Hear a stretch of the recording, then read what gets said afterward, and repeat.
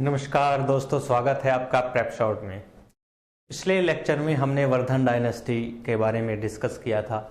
Vardhan dynasty Thaneshwar के पुष्यभूति वंश से संबंध रखती थी। बाद में हर्षवर्धन ने अपनी जो कैपिटल है उसको कन्नौज शिफ्ट किया।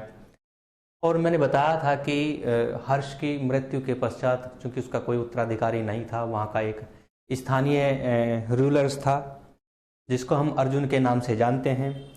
तो हुआ ये था कि जो आपके अर्जुन थे वो निर्बल शासक थे। पाल डायनेस्टी के शासक धर्मपाल ने कन्नौज पर जो है इन्वेड किया ताकि उस पर अधिकार किया जा सकते। कन्नौज जो है आपका भारतीय इतिहास में एक ऐसा पिन पॉइंट माना जाता है जहां से पूरे नॉर्दर्न इंडिया को कंट्रोल किया जा सकता है। तो यहाँ पर हुआ क्या कि उस टाइम की तीन बड़ी शक्तियां आपस में कन्नौज को टेक ओवर करने के लिए स्ट्रगल करने लगी और इस स्ट्रगल को ट्राइपार्टाइट स्ट्रगल, त्रिकोणीय संघर्ष के नाम से जाना जाता है। तो हम इसमें जो है डिस्कस करने का प्रयास करेंगे क्या था। देखो, ट्राइपार्टाइट स्ट्रगल, इसको हम कन्नौज वॉर के नाम से भी जानते हैं। तो also known as the Kannauj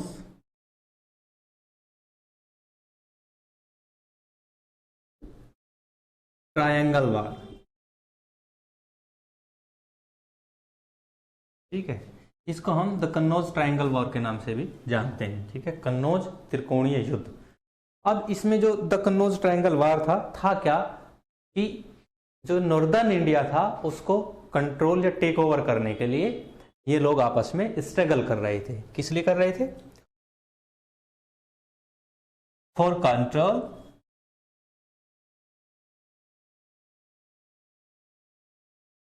northern India.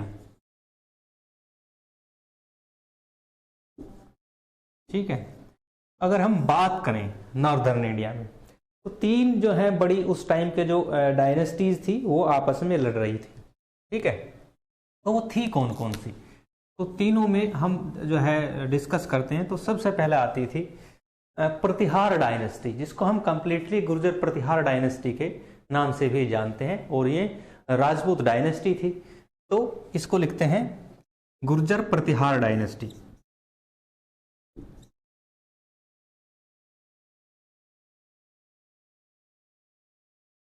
ठीक है, गुर्जर प्रतिहार डायनेस्टी। और दूसरी जो थी जिनको हम बंगाल का पाल वंश कहते हैं। ठीक है, पाल डायनेस्टी ऑफ बंगाल। तो दूसरे थे आपके पाल डायनेस्टी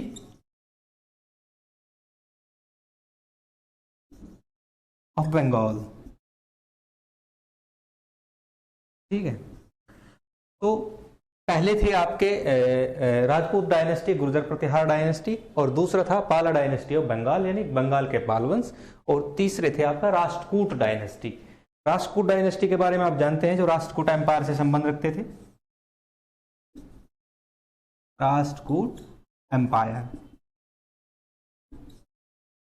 ठीक है, तो ये जो आपके राष्ट्रकूट, पाल और प्रतिहार, इन्होंने कन्नौज को टेक ओवर करने के लिए नियर अबाउट 200 ईयर जो है आपस में ये लोग लड़ते रहे। तो near about 200 year, near about 200 year यानी 200 वर्षों तक ये आपस में संघर्ष करते रहे।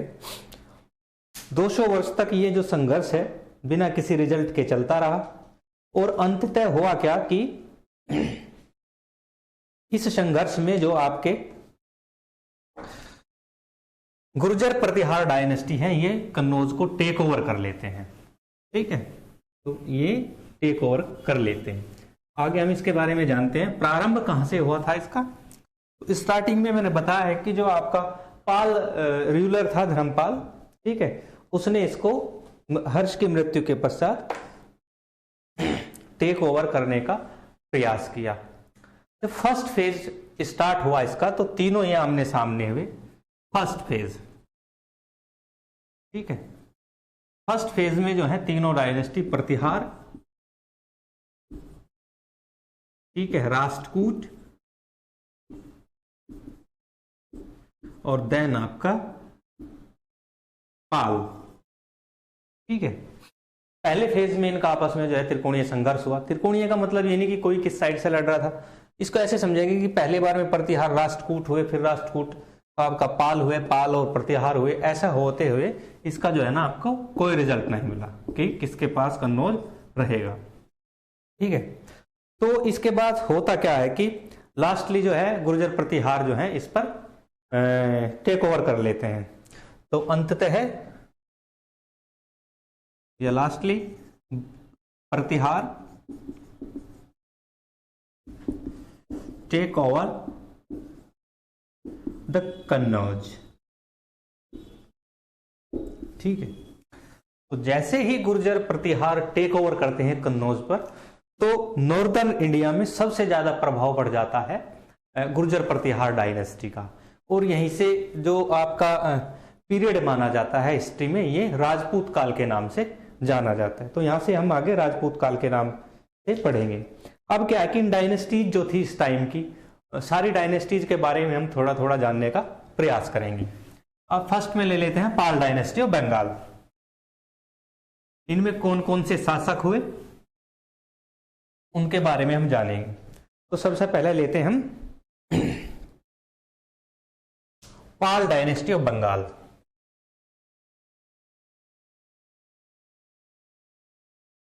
पाल डायनेस्टी ऑफ बंगाल,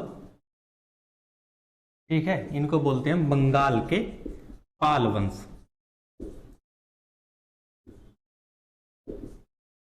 ठीक है, जो बंगाल के पाल वंश हैं, तो इस डायनेस्टी के जो फाउंडर हैं वो गोपाल माने जाते हैं। तो फाउंडर कौन हुए? गोपाल। फाउंडर हुए गोपाल। गोपाल, ठीक है।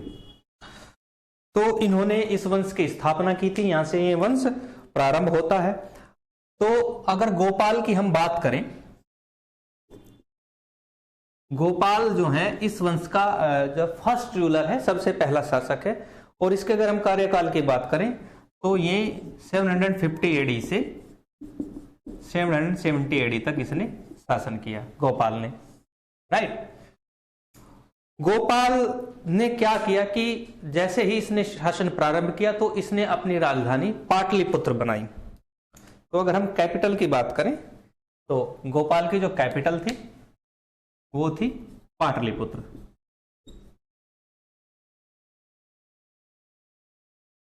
ठीक है, तो इसने अपनी जो कैपिटल है वो पाटलिपुत्र को बनाया। उसके बाद सेकंड आता है आपका दूसरा आता है धर्मपाल।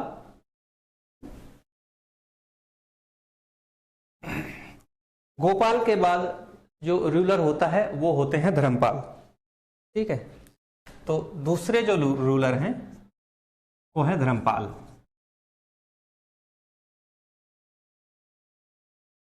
धर्मपाल, ठीक है। तो धर्मपाल जैसे ही रूल करना प्रारंभ करते हैं तो ये सबसे पहले क्या करते हैं, ये अपनी कैपिटल चेंज कर देते हैं और कैपिटल जो है पाटलिपुत्र से सोमपुरा ले जाते हैं। तो इनकी जो कैपिटल होती है वो है सोमपुरा। ठीक है, कैपिटल क्या है? सोमपुरा। और ये जो धर्मपाल हैं ये आपके जो प्रथम रूलर हैं आपके गोपाल, उनके पुत्र भी हैं और उत्तराधिकारी भी हैं। तो लिख देते हैं successor and son of Gopal, यानी गोपाल के पुत्र और उत्तराधिकारी दोनों हैं आपके धर्मपाल। धर्मपाल की अगर बात करें, यही वो शासक हैं जो कन्नौज त्रिकोणीय संघर्ष में लगे रहते हैं। ठीक है, तो सबसे ज्यादा कन्नौज त्रिकोणीय संघर्ष अगर देखा है तो पाल डायनेस्टी में धर्मपाल ने देखा है। ठीक है, तो अगर हम बात करें इनके रिलीजन की तो ये बुद्धिज्म को फॉलो करते थे। ठीक है, तो लिख देते हैं follower of Buddhism. Follower of Buddhism. इनको बौद्ध धर्म का अनुयायी माना जाता है। और सबसे ज्यादा मैंने बताया है कन्नौज, उसमें कन्नौज ट्रायंगल में सबसे ज्यादा फंसे रहते हैं वो तो धर्मपाल है। बहुत अच्छा कार्य करते हैं धर्मपाल।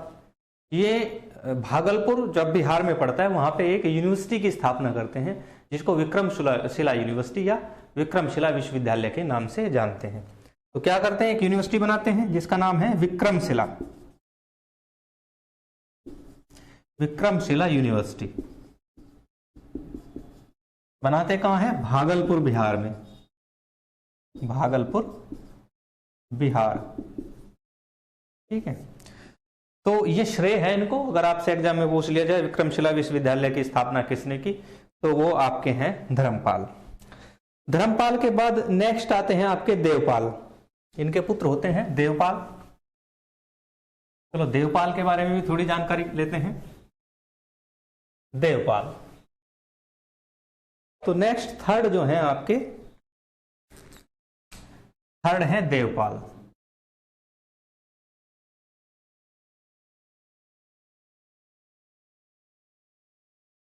देवपाल, देवपाल की अगर बात करें तो ये 810 एडी में आए थे और 850 तक ये रूल करते हैं, यानी 810 से 850 एडी तक इनका शासन रहता है।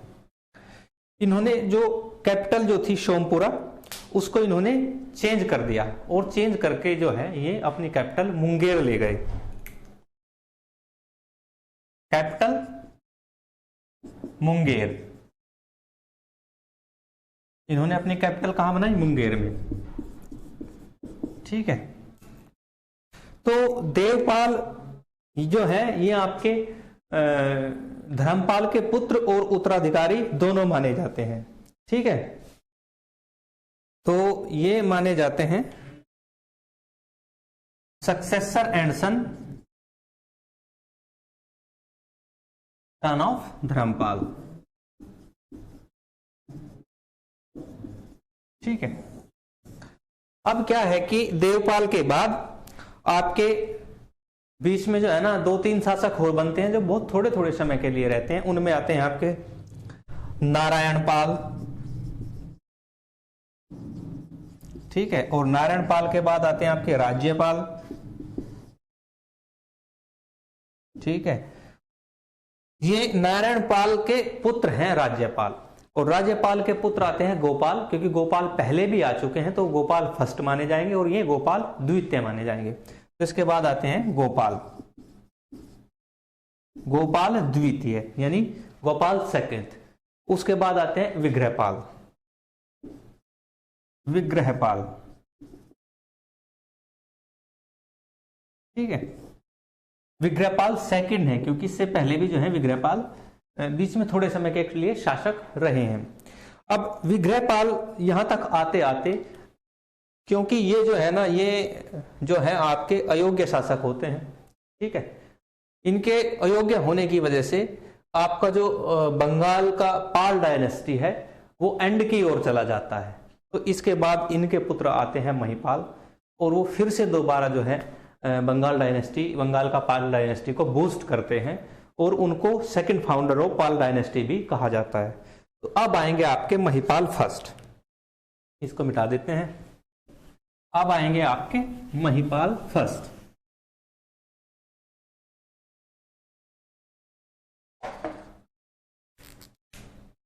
महिपाल फर्स्ट या महिपाल प्रथम। मैंने बताया था कि यहां तक आते आते पाला डायनेस्टी ऑफ बंगाल एंड की ओर आ जाती है और ये दोबारा इसको जन बूस्ट करके दोबारा स्थापना करते हैं बंगाल डायनेस्टी की। तो इसलिए इनको महिपाल को second founder of Pala dynasty भी कहा जाता है। अगर इनके रूलिंग पीरियड की बात करें तो रूलिंग पीरियड इनका 978 एडी से 130 एडी तक, एक सेकेंड, 138 एडी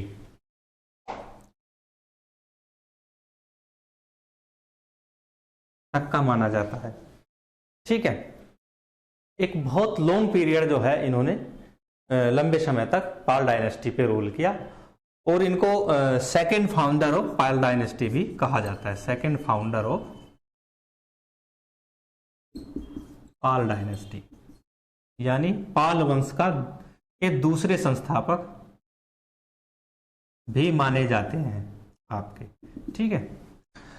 तो इसके बाद इनके पुत्र रामपाल आते हैं, ठीक है। अब आएंगे आपके रामपाल,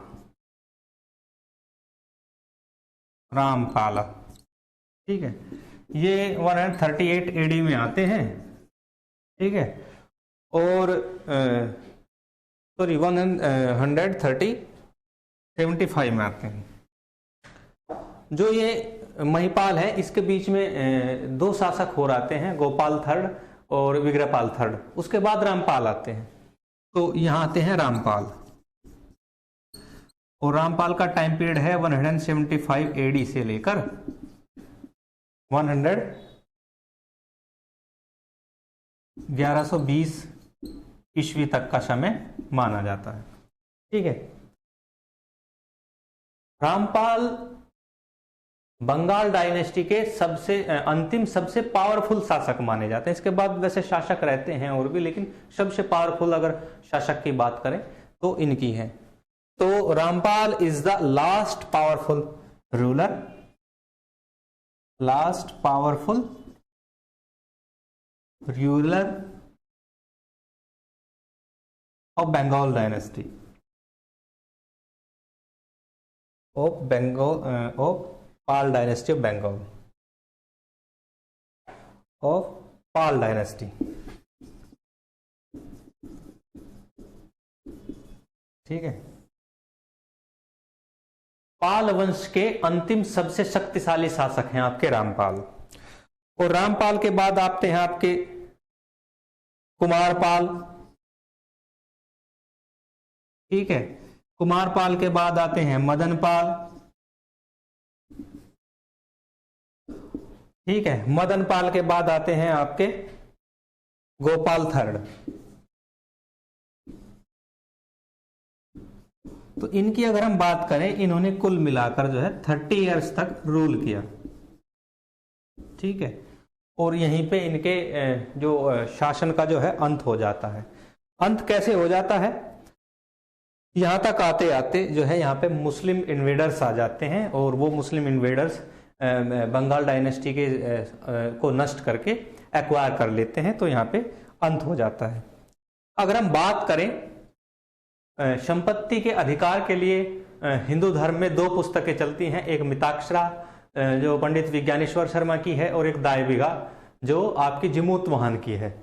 तो दोनों अलग अलग चलती हैं। अगर नॉर्दर्न इंडिया के पार्ट को देखें, उत्तरी भारत में, तो वहाँ पे जो है आपका मिताक्षरा स्कूल ऑफ थॉट को माना जाता है, लेकिन बंगाल और इधर का जो रीजन है यहाँ पे दाय भाग स्कूल ऑफ थॉट को माना जाता है। तो जो दाय भाग है आपका, ठीक है, इसके जो राइटर हैं जिमूत वाहन, ठीक है। तो जिमूत वाहन को पाल डायनेस्टी का संरक्षण प्राप्त था। तो इन्होंने जो है पुस्तक जो है ये लिखी है, ये टेक्स्ट दाय भागा, और ये इसके राइटर जिमूत वाहन इन्हीं से संरक्षण प्राप्त करते थे, ठीक है। अब हम आगे चलते हैं।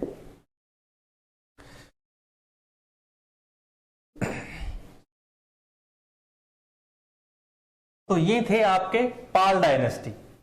पाल डायनेस्टी के बाद आती है आपकी सेन वंश, जिसको सेन डायनेस्टी बोलते हैं। सेन वंश की बात करें, इसके बाद जो है नया जो वंश आता है वो सेन वंश आता है। तो नेक्स्ट लिखते हैं हम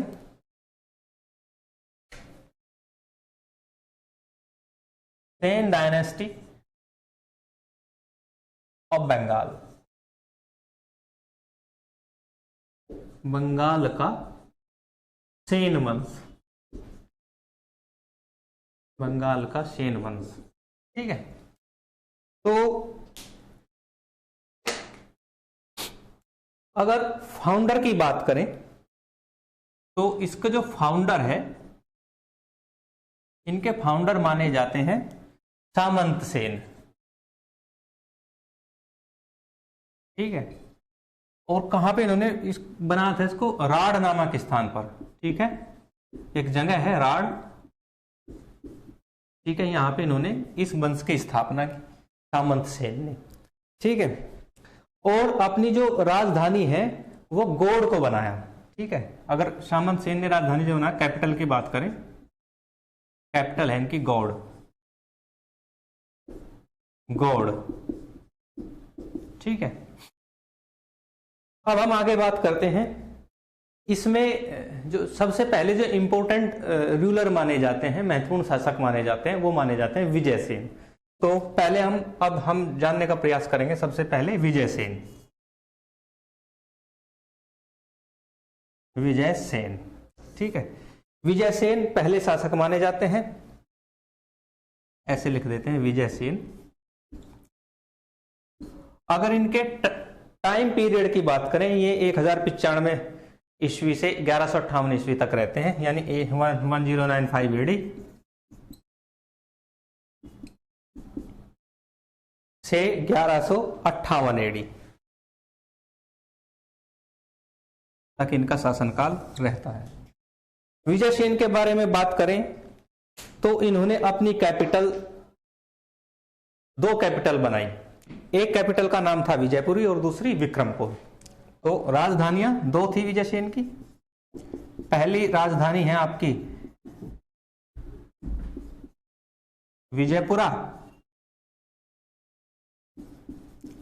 और दूसरी मानी जाती है इनकी विक्रमपुर। ठीक है,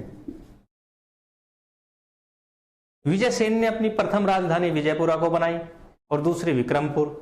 अगर हम रिलीजियस लाइफ की बात करें तो विजयसेन जो है, इन्होंने शैविज्म को फॉलो किया था, यानी शैव धर्म के ये अनुयायी थे। तो इनके बात करें तो फॉलोवर ऑफ शैविज्म, यानी शैव मतानुयायी थे। ठीक है, जो विजयसेन है ये शैव मतानुयायी थे।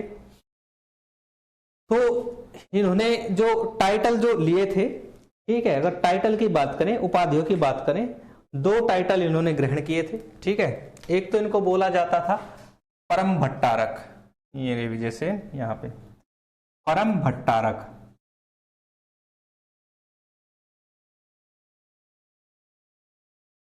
और दूसरा महाराजाधिराज।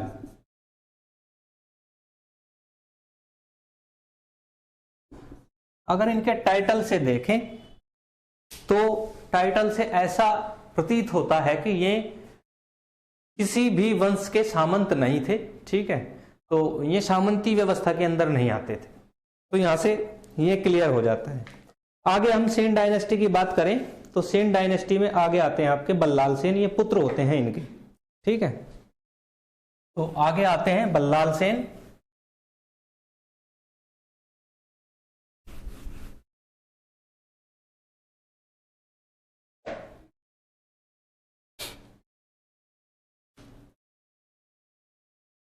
अब आएंगे आपके सेकंड बल्लाल सेन। बल्लाल सेन,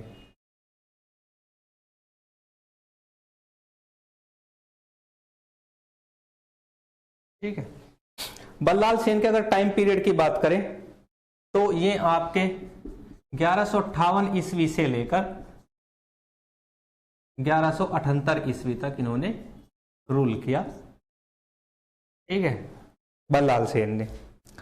ये बल्लाल सेन विजयसेन के पुत्र और उत्तराधिकारी दोनों थे। तो लिख देता हूं, सक्सेसर एंड सन ऑफ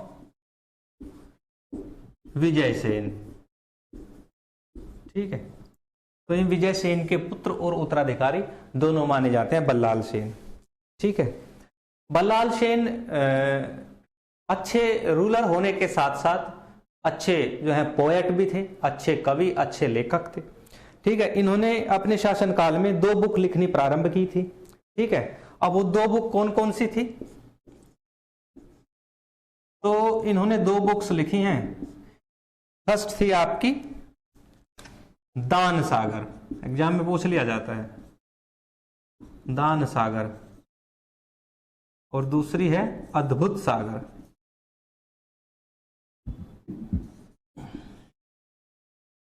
ठीक, लेकिन दोनों को ही ये कंप्लीट नहीं कर पाए। ठीक है, तो ये कंप्लीट नहीं है पुस्तक। ठीक, दान सागर और अद्भुत सागर। एग्जाम में पूछा जा सकता है दान सागर के लेखक कौन है, तब आपको आंसर देना है, तब आपको आंसर देना है बल्लाल सेन। बल्लाल सेन के बाद आते हैं आपके लक्ष्मण सेन।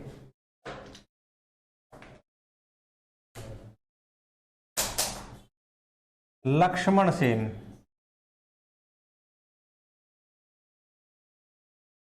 ठीक है।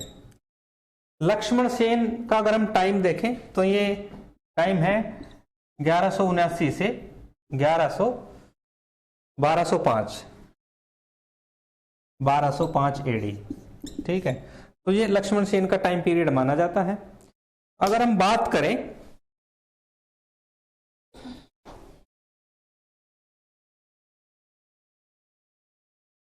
तो इनके कैपिटल की, लक्ष्मण सेन ने अपनी जो राजधानी के लिए एक नया नगर बसाया, ठीक है, कैपिटल, उसका नाम रखा लक्ष्मणवती।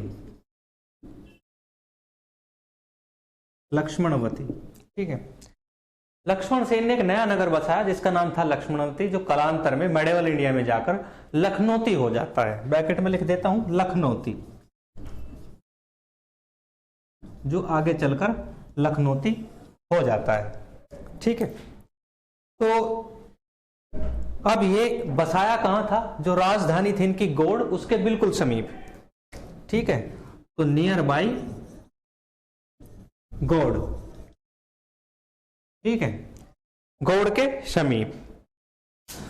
तो अगर हम बात करें लक्ष्मण सेन की, ठीक है, जो ये लक्ष्मण सेन है आपके,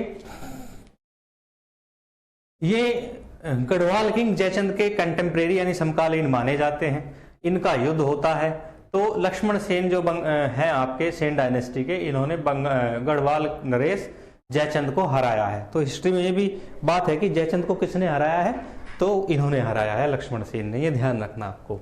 ठीक है, नेक्स्ट चलते हैं।